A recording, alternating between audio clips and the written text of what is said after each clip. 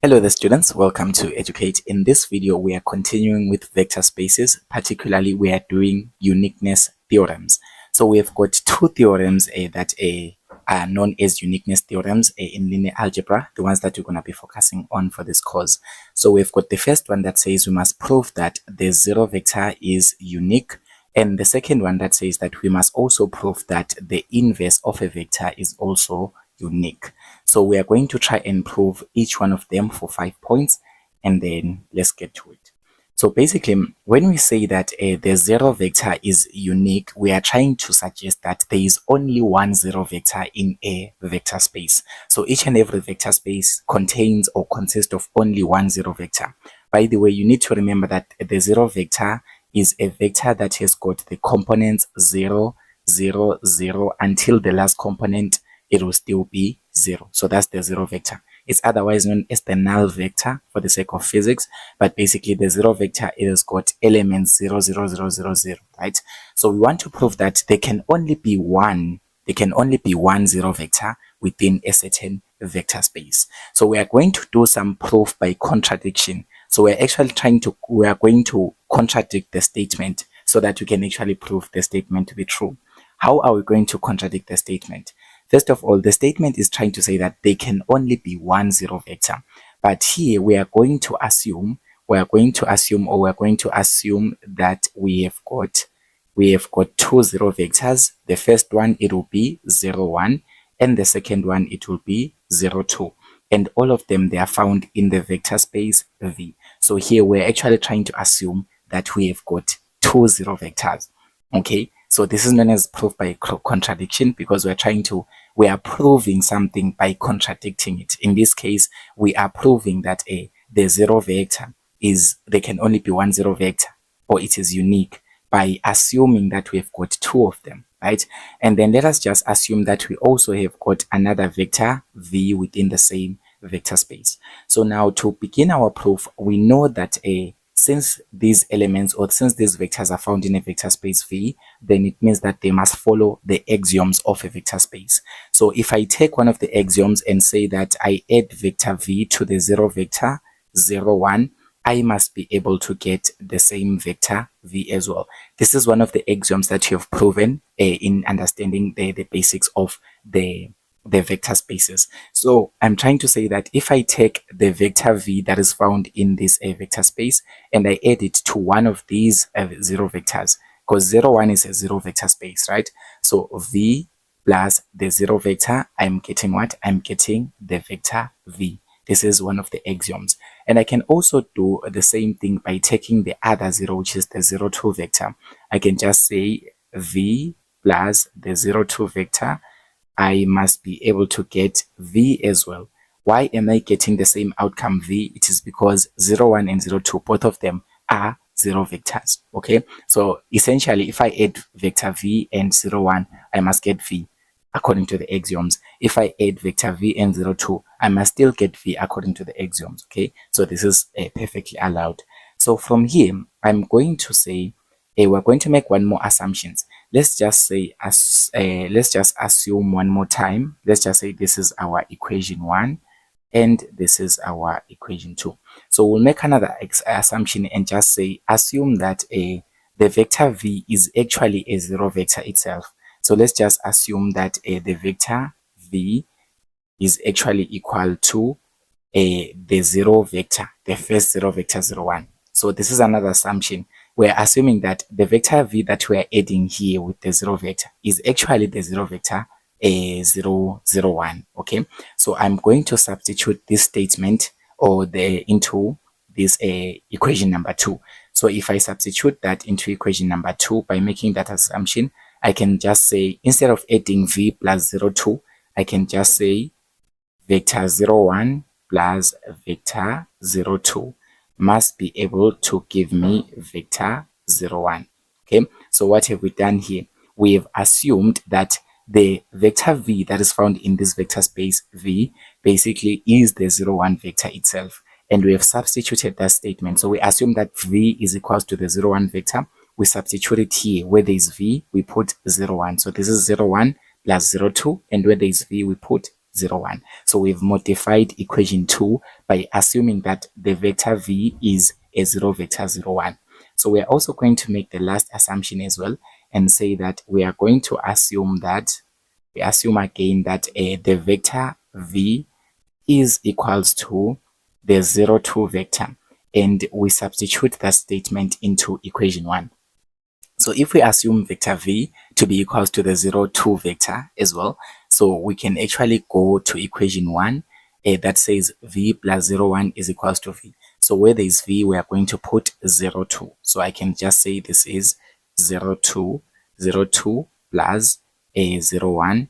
0, 2 plus 0, 1 is equals to 0, 2, basically. So what am I doing here? I'm just substituting this v is equals to 0, 2. I put it here where there is v, and I also put 0, 2 here where there is v as well. So I'm actually creating this. So do you see that we've got something similar here?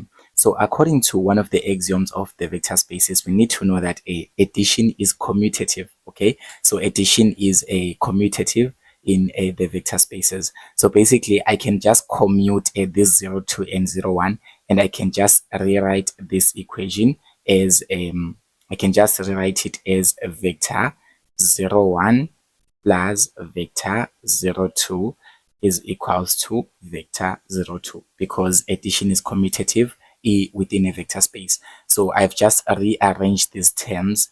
Why did I rearrange them? It is because I can see that they are actually matching with this equation here. This equation is saying 0, 1 plus 0, 2 is equals to 0, 1.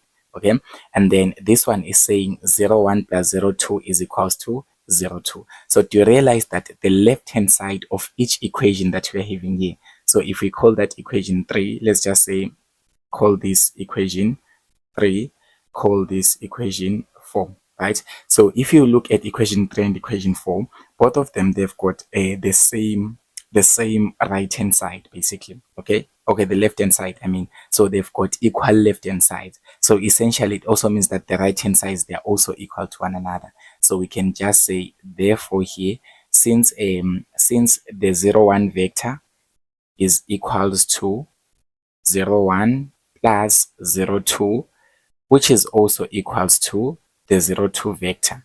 So we can therefore say that the 0, 1 vector is equals to the 0, 2 vector. So what did we do here? We just equated these equations. Okay, both of them are equal to 0, 1 plus 0, 2. So we take 0, 1 is equals to 0, 1 plus 0, 2. That's your equation 3. And then we take 0, 2 is equals to 0, 1 plus 0, 2. That's your equation 4. So this is actually suggesting that the vector 0, 1 and the vector 0, 2, they are actually equal to one another. So how did we actually prove the theorem here? We have proved that the 0 vector is unique. There can be no other 0 vector besides one. There can only be one 0 vector within a vector space, because here we have proven that even if we contradict our statement and pick a vector 0, 1 and vector 0, 2, if we assume that we're having two 0 vectors and they behave like 0 vectors, they will actually be equal at the end of the day. So it means that they're actually referring to the same thing, or actually they are the same vector. So they can only be one 0 vector. That's why we say that the 0 vector is unique.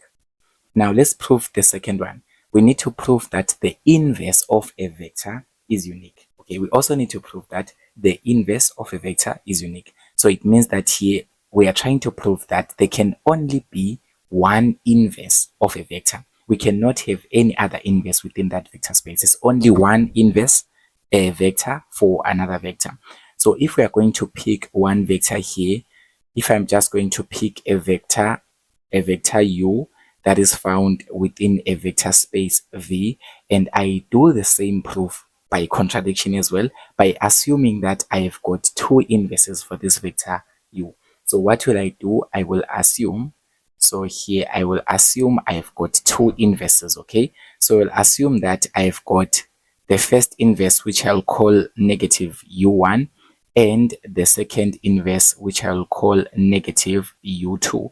We'll assume both of them, they are inverses of vector u, and they are also found in this vector space V. So we are trying to prove that here there can only be one inverse vector. And if you watched carefully at the previous session of the zero vector, in other words, we're trying to prove that u1 and u2 are equal to one another, or they are referring to the same thing. So we want to prove that there can only be one inverse. So we are doing a proof also by contradicting the statement and assuming that we've got two inverses. So we're assuming that we've got negative u1 and negative 2 u2 that are part of the vector space, and both of them, they are inverses. So we are assuming that these are inverses, both of them, they are inverses of the vector u.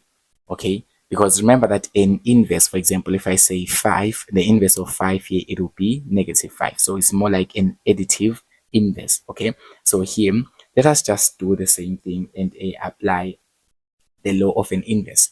You know that when we've got an inverse according to one of the axioms of a vector space, since these are all found in the same vector space V, I can say that a u plus its inverse, the first one, which is negative u1, must be able to give me the zero vector. So basically, if I say u plus its inverse, I must be able to get the zero vector, because here we're assuming that u1 is the inverse of u. So u, the vector u plus a u1, we must be able to get what? We must be able to get the zero vector. And we can also do the same assumption here for the other one. So we can also do a similar assumption.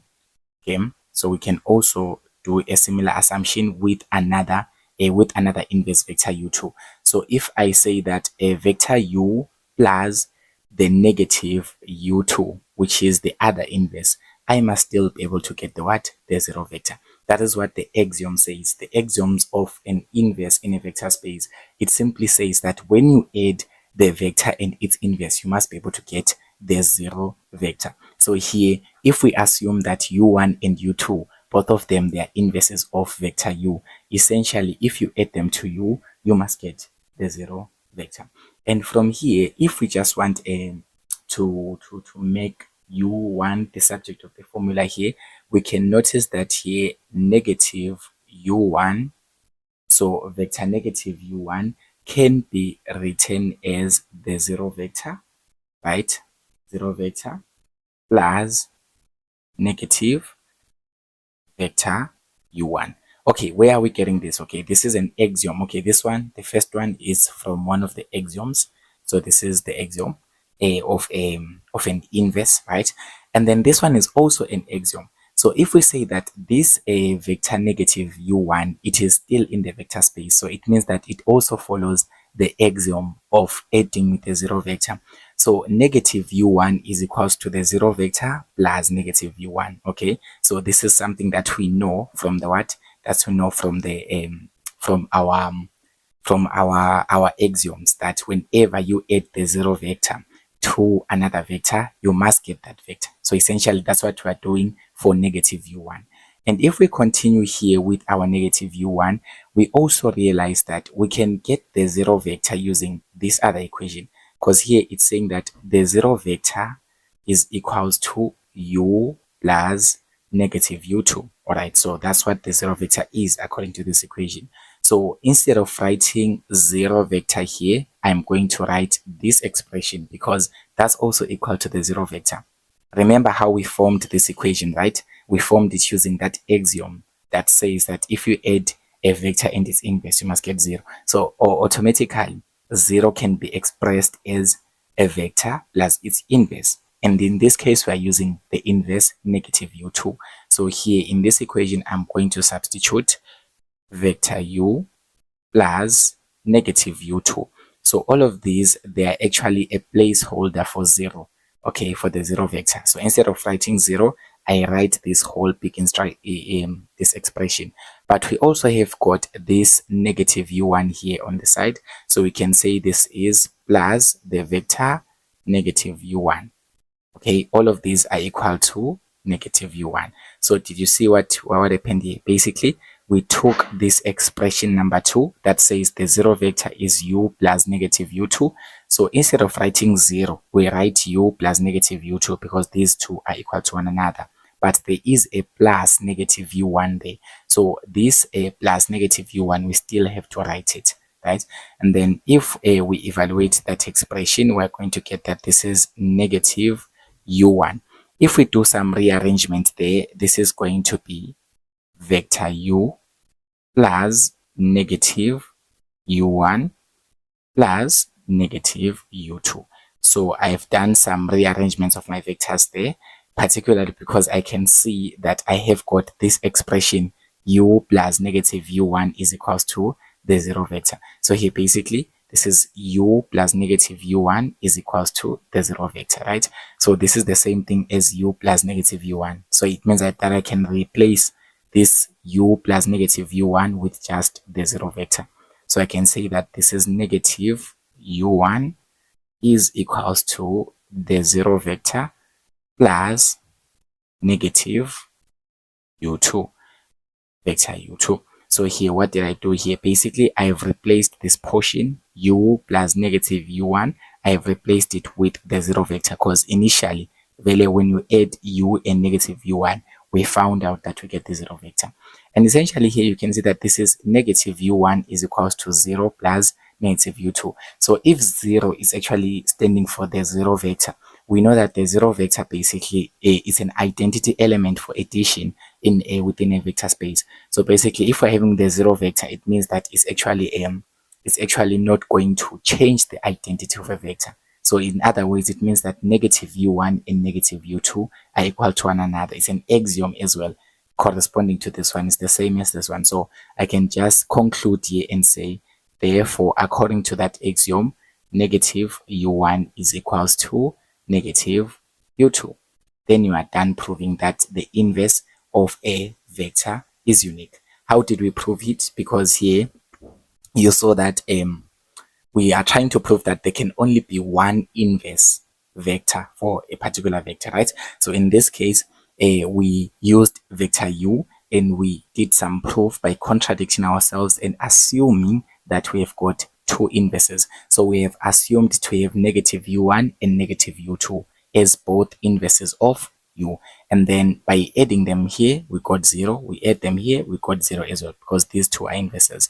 Then we further use the axiom of how to calculate negative u1 using the zero vector, and then we did all the simplifications, and finally we have proven that negative vector u1 is equals to negative vector u2. So essentially this means that this vector u1 and vector u2, they are identical. Okay, they are identical because this 0 here is an identity element. It makes these vectors to be equal to one another. So essentially here we can say that the vector u1 and vector u2 are actually the same vector. There's no need for us to even contradict them and say we've got u1 and u2. So in other words here, we have proven that the inverse of a vector is unique, meaning that there is only one inverse of a vector within a vector space. Thank you so much for watching, ladies and gentlemen. Don't forget to subscribe to the channel. Tell your friends to also stay tuned.